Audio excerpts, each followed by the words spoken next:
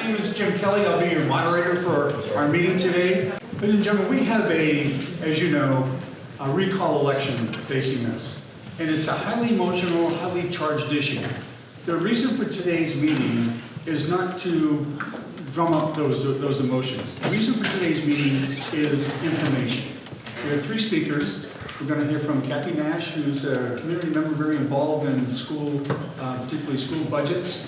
We're going to hear from Vice Chair of the West Bonnet County School Board, Susan Brown, and the Chair of the School Board, Keith Rutledge. Right now, there are people who are extremely for recalling these 2 school board members, and there are a number of people who are really against recalling these school board members. In between, there are a lot of people, a lot of community members, a lot of voters who A, don't even know there's a recall election going on, and B, when they do find out, really aren't going to know what the issues are unless they're educated in them. That's the reason for today's meeting. So I would ask for just calm, for listening, for sitting back and taking in the information so that you will be an educated voter. And when you speak to your neighbors, you can tell them, I've been educated on these issues, and here's what I learned. So if we can just have a calm in today's room, show respect for the speakers, please listen to them and allow them to finish. And the way the program's going to go today is, like I said, we're going to have the 3 speakers, and then we're going to go out into the fellowship hall here, and as you saw, there's some marvelous food, and coffee and juice, and Ace's even making bacon. That's incredible. But so we're going to have a wonderful social time. We'll be here till noon. We'll end at noon. So we hope you enjoy the presentation. We hope you become informed from the presentation. And that being said, I would like to call our first speaker, who is Kathy Nash, and once again, very involved. You can do it right now, Kathy.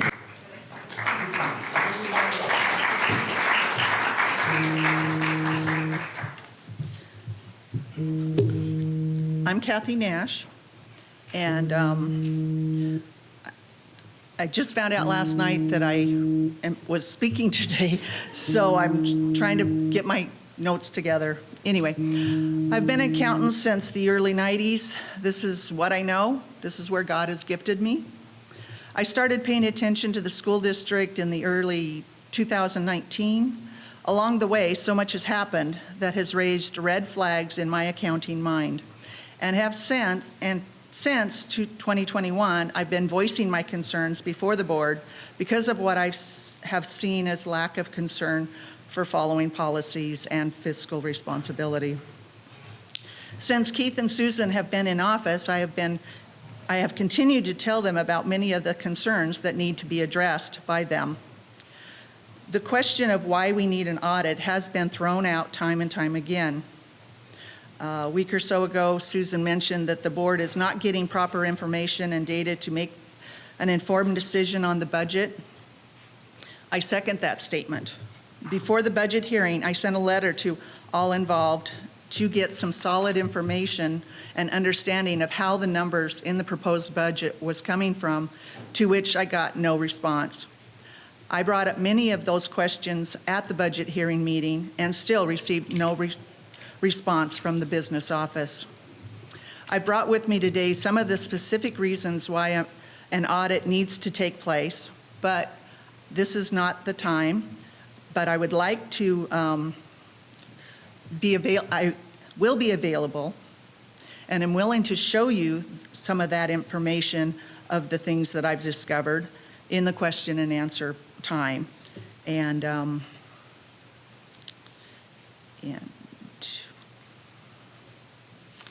that's it. Thank you for listening.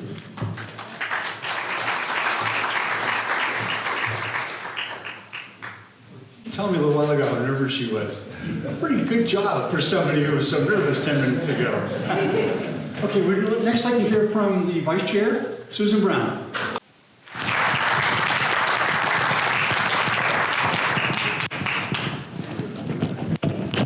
Where's your dance, Susan? Alrighty, thank you guys so much for coming. This really does mean a lot, and I have a lot to share with you in a very short period of time. So, Having said that, when my husband and I first came here a very long time ago, it seems like, we drove across Long Bridge. And any of you that have ever driven across that, you know what I'm talking about when you get that feeling. And I said, I can breathe here. And not because I have asthma problems, but because you could just breathe. It was God's country. And I felt at that time that I'd been sent here for a reason. Lord only knows now is the reason. So when I first got asked to look at running for the school board, for me personally, I was very concerned. We had a graduating GPA of 2.0. For those of you that know math, that's a pretty low score. I don't think any of you would want to go to a heart surgeon that had graduated with a 2.0. So that was part of a problem. And since we'd been here, we'd seen levy after levy after levy being run consistently, even if the citizens had said no. That seemed problematic to me. The bullying in the schools I heard about from many grandparents and from the parents of kids, that they're very concerned with that. And I know that a lot of people have taken their children and done homeschooling or putting them in charter schools because they didn't want them subjected to it. So that was a real big part for me as well. And the fact that a lot of people felt that it was just funding instead of your taxpayer dollars that you've all worked hard for. So the next thing I know, I wake up that morning and I've won, or have I? Because now I'm on this road and I'm, a trustee. I took it very seriously because there's a lot of aspects to it. You have to be a fiduciary responsibility to all the money that's being spent in the school. And every time I turned around, it was being clouded with misdirected words or charts that weren't complete, things that didn't line up. And I'm not an accountant. That's Ms. Nash's forte. However, you could look at it and go, something just isn't right. When we came on board, we were never given any proper training. I've only found out within the last probably 4 weeks that a state actually allocates over $6,000 of training each year for the board members, and we were never told that. So when you're always kind of behind the 8 ball, it's a little hard to get that running start. I got put on the finance committee, and so a year ago, April, I sat down and I was looking at this. All the sheets weren't there. When I asked about it, they said, oh, it's okay, those aren't important. Well, if we're supposed to be looking at the finances, all of the sheets are important. And I came across one item that was $10,000 for PPE. So I had asked, what is the PPE for? Is it masks, hand sanitizer, what? No one knew, and no one knew where it was actually housed in the district. To this day, I still do not know what the PPE was that we purchased for $10,000, and I don't know where it's at. So things like that kept popping up made me wonder, are our finances being run properly? So then the fun stuff starts happening, and they want you to basically be a rubber stamp. When I asked what was the purpose of that meeting, it's like, just come and tell the rest of the board you saw the budget. I can't look any of you in the face and say, I honestly knew where that money was going, because it's all cloak and daggers. So when we just kind of kept moving along, and we had a meeting with the construction company for the reconstruction of the cafeteria at Priest River Elementary. They came in and they gave us a presentation. We had already been told that when they came a couple of years prior, they'd been told to go back and sharpen their pencils. So I believe we had 2.3 and they came in at 2.6. So the board said, nope, go back, redo this. When we met with them, they came in and said 4.6. I asked if we were doing Common Core math. Everybody was like, what? I said, if they're asking you to sharpen your pencils, or was it supposed to be erase, and sharpen the erasers at this point? Anyway, we explained to them that we don't have that kind of money, and their comment was, well, just get a bond or just run a levy. I said, people in this community can't afford that. We need to be diligent. Before the end of that meeting, I realized that the prior board had gone ahead and approved $189,000 to be paid to them just for the drawings. And we knew at the time when they did that, we couldn't have ever done this project because the price was too much. So why are we being given money, your money, out for something we're never going to be able to utilize? To me, that wasn't a good use of those funds, and it had nothing to do with an educational value for the students. So then we come along to the SEL. In June of last year, I was not able to be at that meeting. However, the board was presented with information about the curriculum. It wasn't all factual. When I got back and I realized it had been voted in, I started asking the chair at the time, which was Miss Margaret Hall, to please put it back on the agenda. I had questions and concerns. I was ignored. Then I started getting phone calls from people. Please get rid of that. Do you know it's absolutely loaded with SEL? And for those of you that don't know what that is, it's social emotional learning, which is a gateway to CRT, which Idaho has banned from the educational in all schools here.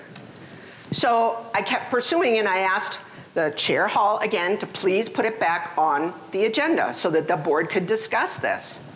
In between that time, I found out from a lot of citizens that there was over 200 people who had signed a petition to have it removed. At that point, Mr. Rutledge started hearing from people. He asked the board chair to do it. We were both denied, and that is a protocol. If two chair people ask, two trustees, it has to go back on the agenda. So I went to the superintendent, Miss Jackie Branham at the time, and I asked her, what can we do? That's when we had the special meeting. The salesman from Hill Graw came out and was quite cavalier in his whole presentation because he honestly thought there was no way a school district would turn down SEL curriculum. It was the first time it's ever been done in this state, and I believe in the country. We asked them over 11 times about the SEL, and they kept denying it. But there were so many citizens in that room that came forth with knowledge and a clear mission of sharing that information with people that at the end, he turned around and said, yes, it is. It's just like 20%. And we can carve that out for the price for you. Well, not only was that damning, because at that point you've lied 11 times, and anyone that knows me, lie to me once, I'm done. I won't talk to you anymore about it, because this was something for the children. It was supposed to be an educational value, and we realized at that point, no. So the board voted it down, and it was not unanimous, but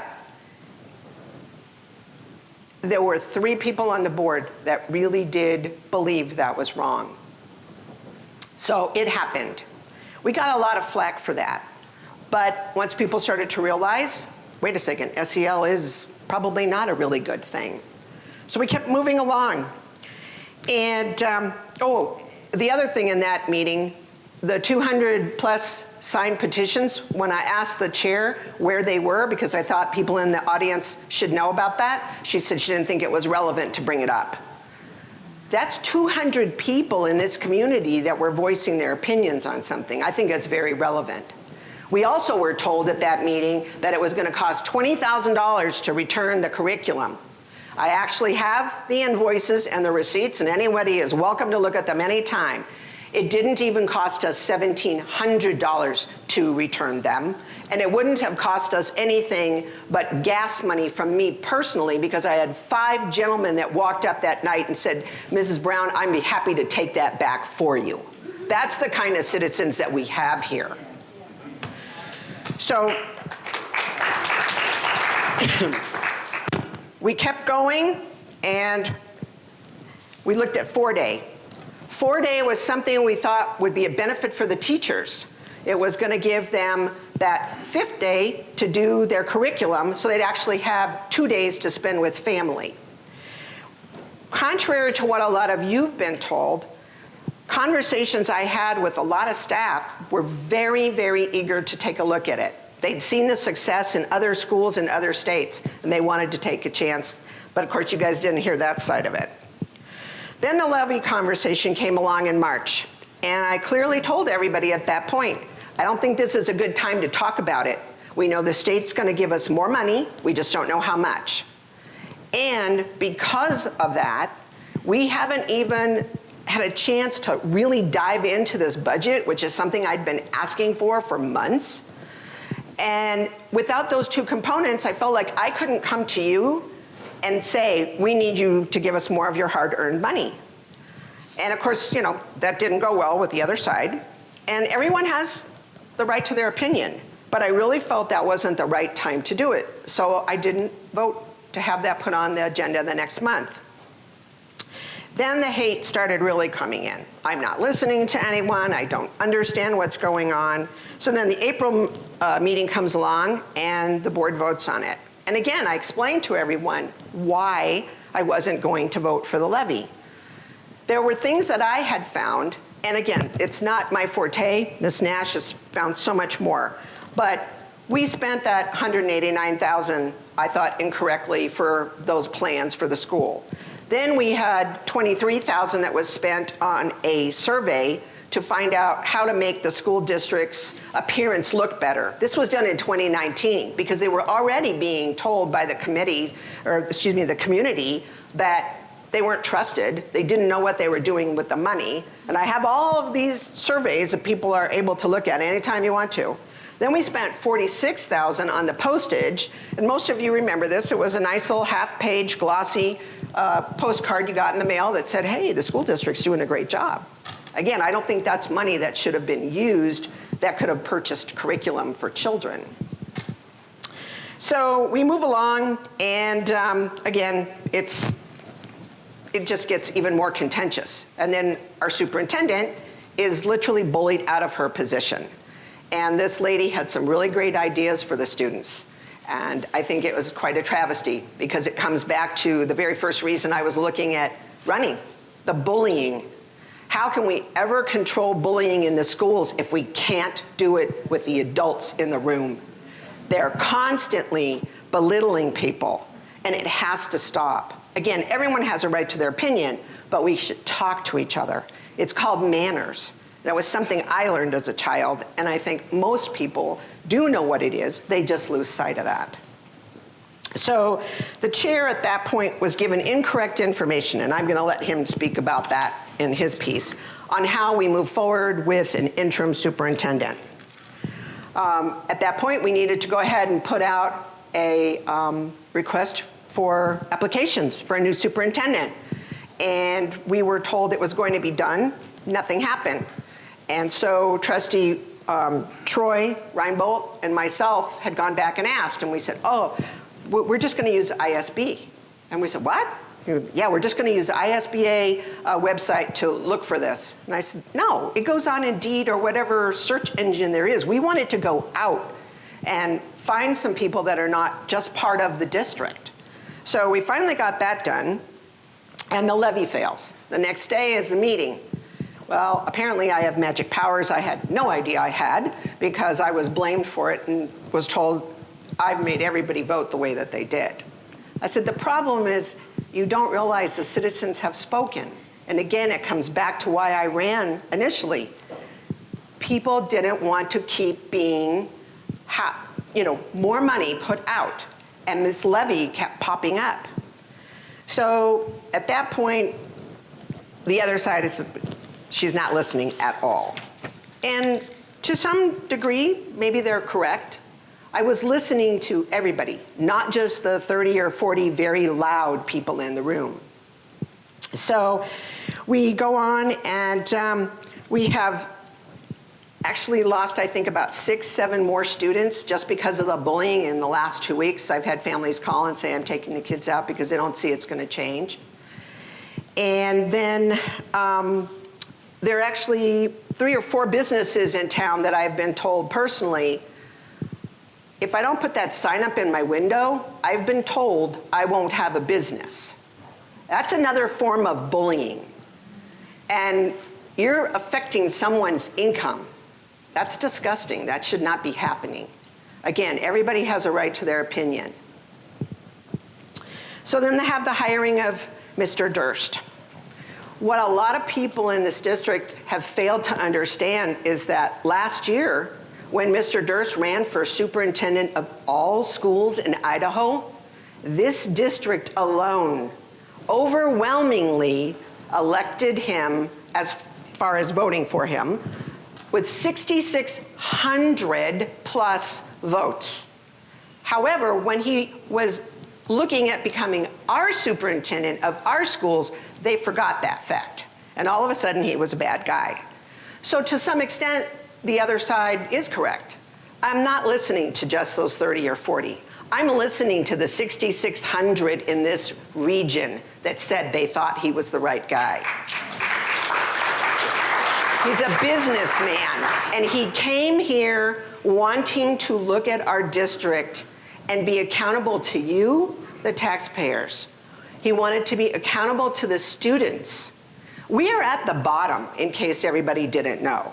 Our school district can't get any lower because we're already there. He has some amazing ideas, and a week and a couple of days ago, I got to actually sit with him for the first time and listen to some of these phenomenal ideas on how we could move our school district forward. We need to give him a chance. He really genuinely cares, and he wants to do something fabulous for the school district. At the last June meeting, we are always given bills to approve. And when I see something that I question, then the business manager is supposed to present us with those. I always ask for full invoice, because in the past, I haven't gotten that. I've just gotten little snippets of things. So this last one, I got all the invoices along with check copies, which I've never received before. I'm not quite sure why. On one of these, the old board from over a year and a half ago, who is no longer part of the school district legally, signed the checks. When I brought that up at the meeting, I asked Sandra Brower, are you now the school district's ninja check writer? Because this doesn't make sense. And it plays back into why, as long as I'm in this seat, I will keep asking questions, because something isn't right. And I want the answer so that I can share them with you. It's not been a fun road, but it's a necessary road. And I won't walk away from this. I hope that you will share with people the information you learned today, because I think it is valuable. I think that you deserve honesty. I know that the kids deserve honesty. They need an opportunity to have a shot at the moon, and they're not getting it when we aren't looking for high achieving curriculum, and we don't have a system that literally gets rid of bullying. I don't see how hard that would be if we're all trying. But somebody said something a long time ago, and those of you in the room, you might remember this. It's not what you do when people are watching, it's what you do when people aren't watching that matters. And it really speaks to character. And Chair Rutledge and I have not been privy to an awful lot of things for a reason. You've intentionally been denied information, and we on the board have intentionally been denied data, accurate data. And thank you to you, Ms. Nash, for pointing some of these things out. Policies and procedures have not been followed properly. And they're the school policies, they're law. Nearly all men can stand adversity, but if you really want to test a man's character, give him power. And we've seen what's happened when people have had unchecked power. So please share information with people. Again, everyone's vote is their own, everyone's opinion is their own. But I think until you're armed with facts, you just don't know enough yet. Thank you.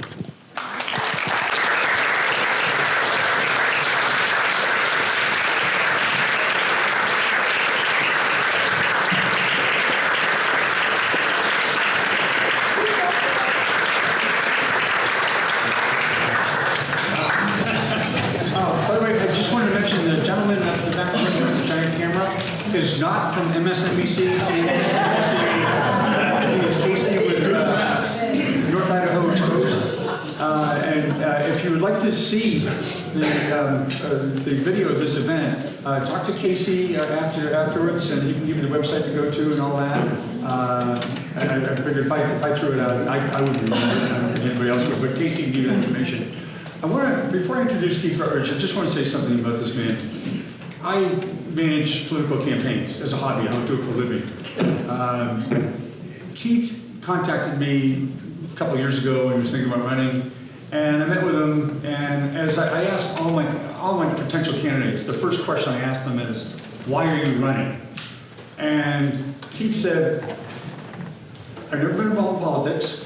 I've never run for election, never done any of that kind of stuff, but I was listening to one of my favorite pastors on a podcast, and the pastor was saying, if you are sitting on the sidelines complaining, watching the terrible stuff, the anti-Christian stuff in our country happening, you are not part of the solution. You are part of the problem. You are the problem. So Keith decided at that point, I'm going to run. I'm going to get up. I'm going to get up out of my chair and get up from my desk as an engineer and get out there and run. And he did. And he won. Now, what's happening to him and Susan right now is one of the many reasons why good people don't run for office. I'm talking good, solid citizens.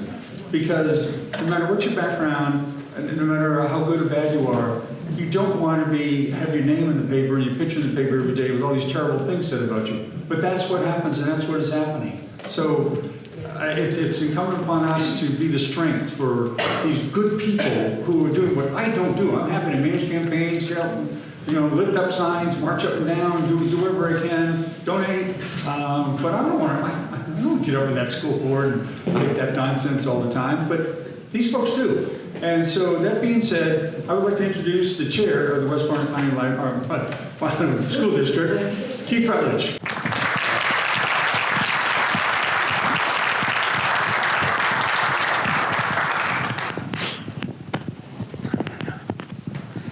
Well, good morning. It is still morning. Thanks for taking your Saturday to come visit us. A real quick follow-up on the SEL. When we got rid of the SEL curriculum, what a lot of people don't know is that we wanted to replace that with curriculum that was good and sound and solid, and that was Hillsdale. Okay, so a little note about that. The only way you can get Hillsdale curriculum is you have to sign up for it. Okay, it's not available unless you sign up for it. So I went through the application process. We are the first public school in the United States to get Hillsdale.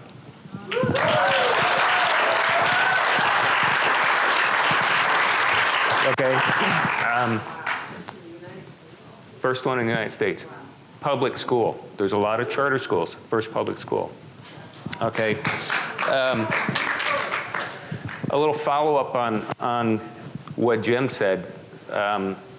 When I got convicted to run, okay, I was minding my own business in my leather shop. I have a leather business, and I was out listening to Jack Hibbs, and he said exactly what Jack Hibbs said. So I just said, God, whatever you want me to do. 4 days later, I get a call from Maureen. I hang up the phone, and my wife says, what did Maureen want? Or she says, who was that? She goes, it's Maureen. She goes, what's she want? She goes, she wanted me to run for the school board. She goes, you told her no, right? And I said, well, not really. And I explained to her, and I said, this is all a faith walk. This is, if God wants me on there, God will provide a way. I didn't know anybody in the school district. My kids never went to the school. I work in Sandpoint. I didn't know anybody in the district. I knew nobody. We won by 7 votes. Okay? That's God. Anyway, Why I ran? Student performance, fiscal responsibility, and school culture. I want a safe learning environment. Okay, a quick list of accomplishments so far. We hired our first superintendent last June, okay, with someone had a vision that we shared, okay, who wanted academic excellence, who wanted to change the culture, who wanted fiscal responsibility, okay. Unfortunately, she lasted 8 months before the culture swallowed her, okay.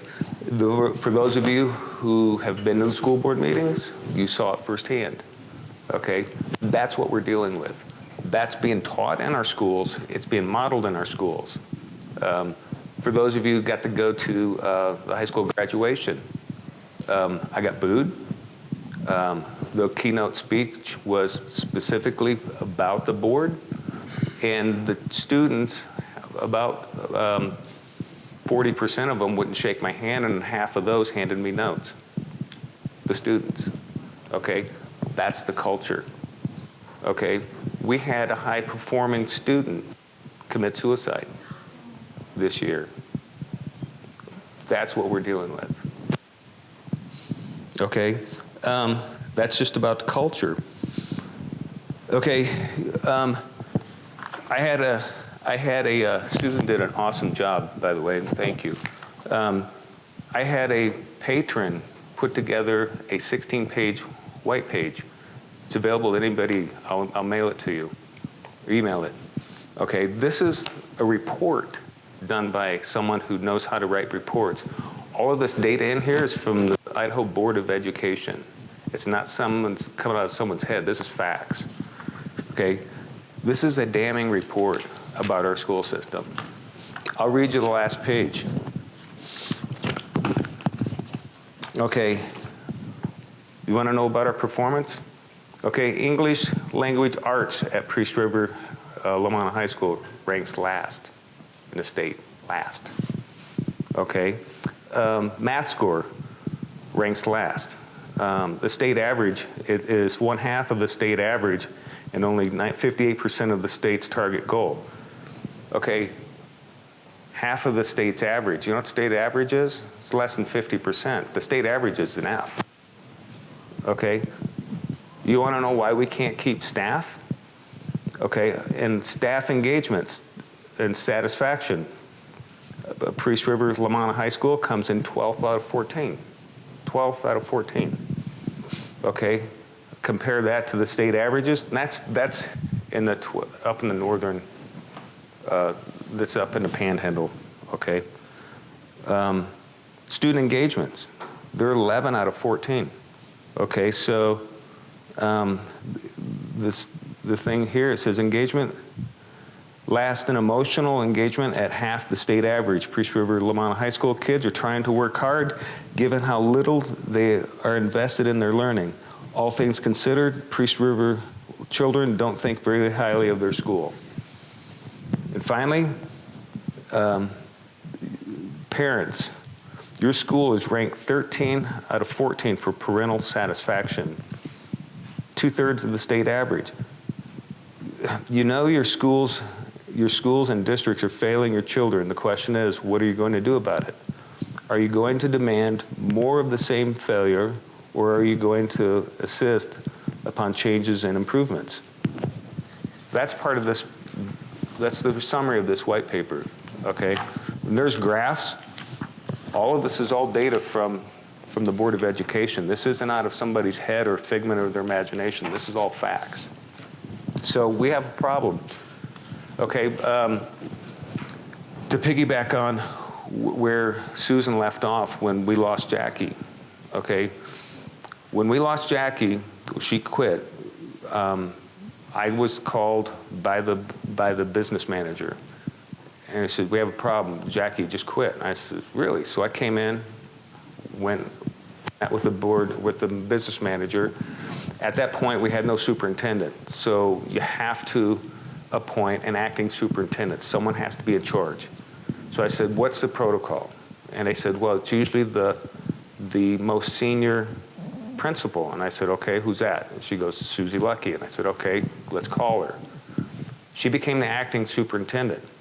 Okay, at that point, then we have to then find an interim superintendent to fill the spot, to fill Jackie's position, because we knew we were going to post it again.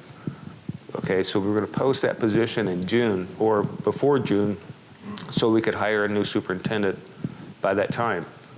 So I said, okay, who are our candidates? And she says, well, Susie Lucky is their only one. Okay, a little backstory behind that. Okay, you've heard about all the certifications and the issues with certifications, not certified, not being able to be certified, all that stuff.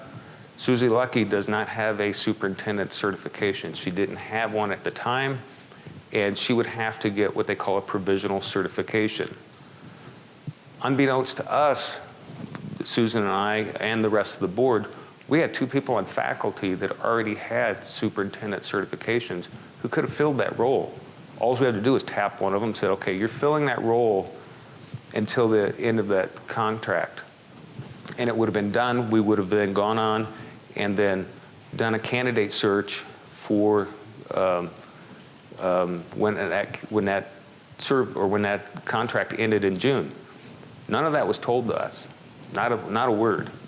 Okay, so a couple weeks go by.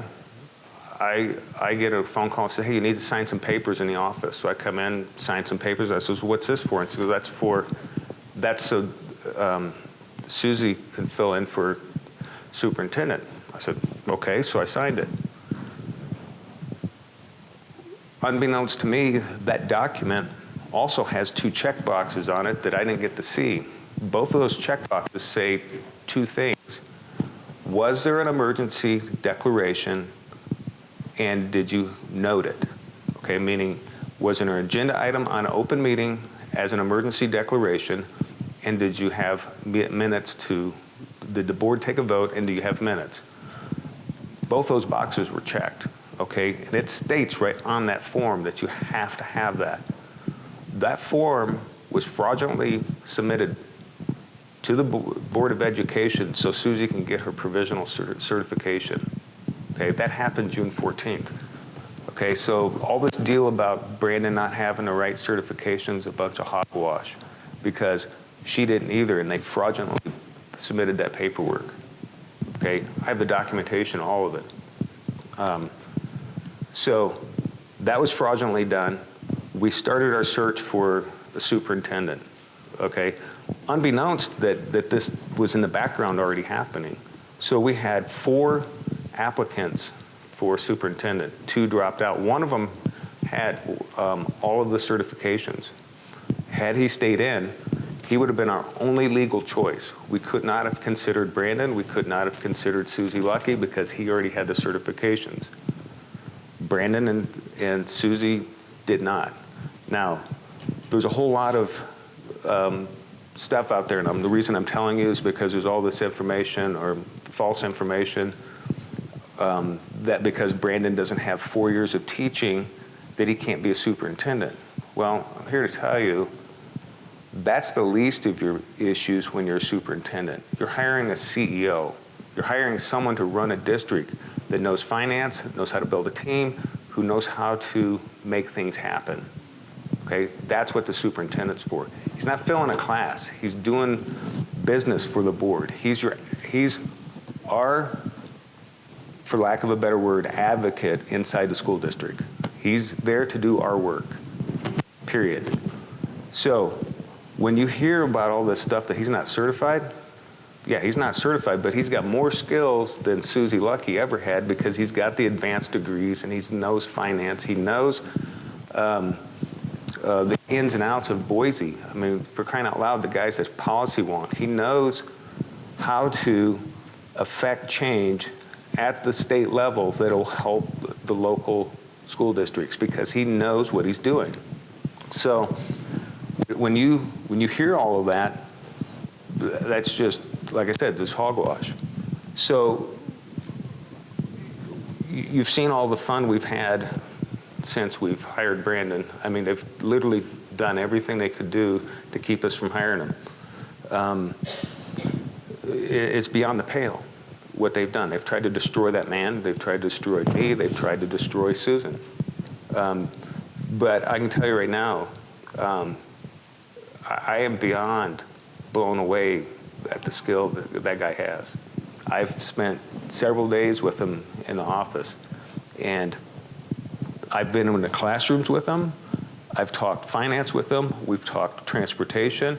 There isn't a thing he can't do.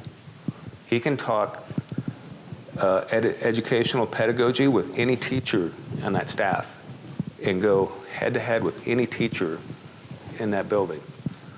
The guy's phenomenal. He's beyond my expectations as far as a superintendent. So, fast forward to contract negotiations. Okay, the levy failed. Okay, there's a big talk about how do we fund sports. Okay, there's, some people think, oh, it's not necessary. Well, it's a big deal to this community. I'm not here to argue it's worth or not worth, whether you like sports or not sports. I was a swimmer in high school, so I participated in sports. It's a big deal to a lot of people. So we took it seriously, and we said, okay, how can we fund this? Without a levy, how can we fund this? Again, with the budget numbers, we were told that in order to keep state compliance with the new legislation, we'd have to offer a 10% raise to the teachers, okay, which is totally false. It wasn't 10%. We could get by with a 3.5% raise for the teachers.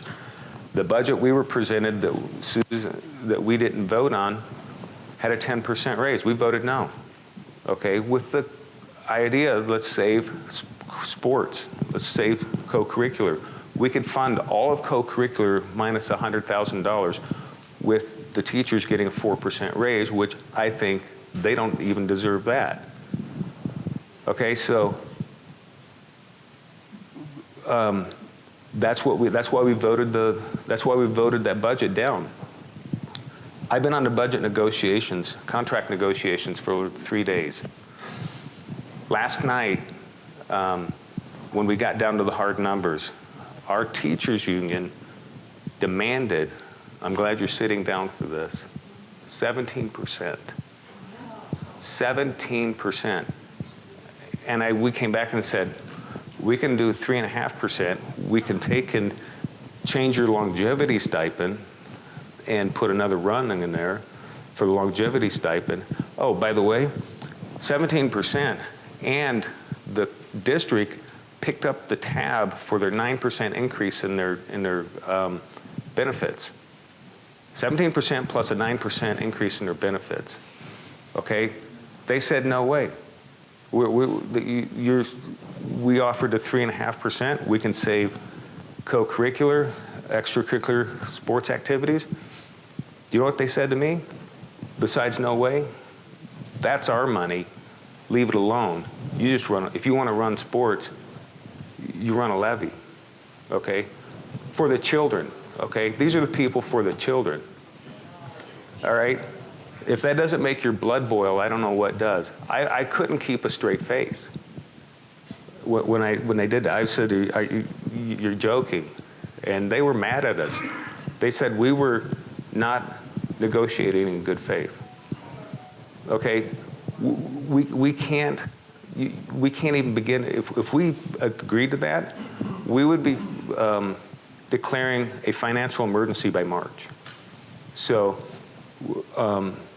Where we're at right now, I don't know what's going to happen, but I can guarantee you it's not going to be 17%, nowhere close to it.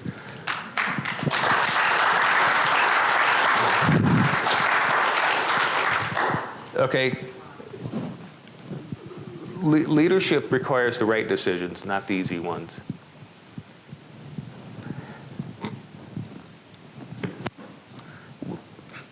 We weren't elected for a popularity contest. We're elected to fix things. And sometimes it's hard, but it's got to be done.